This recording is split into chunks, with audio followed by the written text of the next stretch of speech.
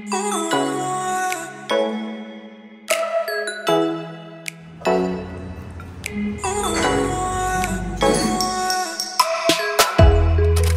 what's good? It's your boy Jay, and here's a quick stop food trip. Dito tayo sa Phuket pa rin at try natin ang Pop-Up Fishbowl restaurant. Medyo mahirap siya i-pronounce, so basta yun siya. So galing kami dito mag-go-kart and medyo gutom lang, so quick fix lang. Chubog kami, and since nag-crave si wife ng fishbowl soup, so dito kami kumain. Tara, check natin. Nice. And since sa Thailand tayo, syempre legit, authentic yung mga kakainin natin. So ang bida talaga sa kanila is yung fishbowl and yung sea bass. Super sarap. Check natin. What's the name of the restaurant? Yes, Pop-Up Fishbowl. So there. Thank you.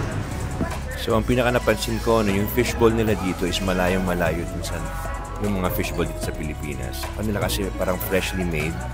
Tapos talagang lasa eh. Iba-iba yung texture na, iba yung para siyang tinapay na basta ang sarap niya. Tapos yun nga, lasa mo talaga yung fish and all. At saka yung serving talaga nila dito is talagang alam mo yan, made with love. Talagang passionate pag so ayan, ang in-order ko is yung sea bass curry. Ito kasi recommended nila sa akin. Ito daw yung spicy talaga. So, and meron din kami sea bass na fried salt pepper sea bass. So, tara. If you want more, you can place for us now.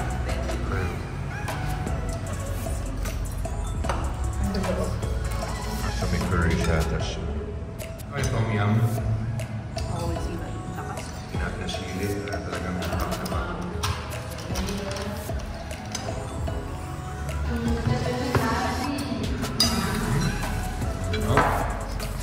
Sarap ng ano? Yung curry sauce. Papakanin ka. Spicy. Sarap. So overall verdict, syempre panalo, legit, authentic, at hindi siya ganun kamahal. Sobrang nag-enjoy kami. So that's it. Here's your boy Jay. To the next episode. I'm out, yo.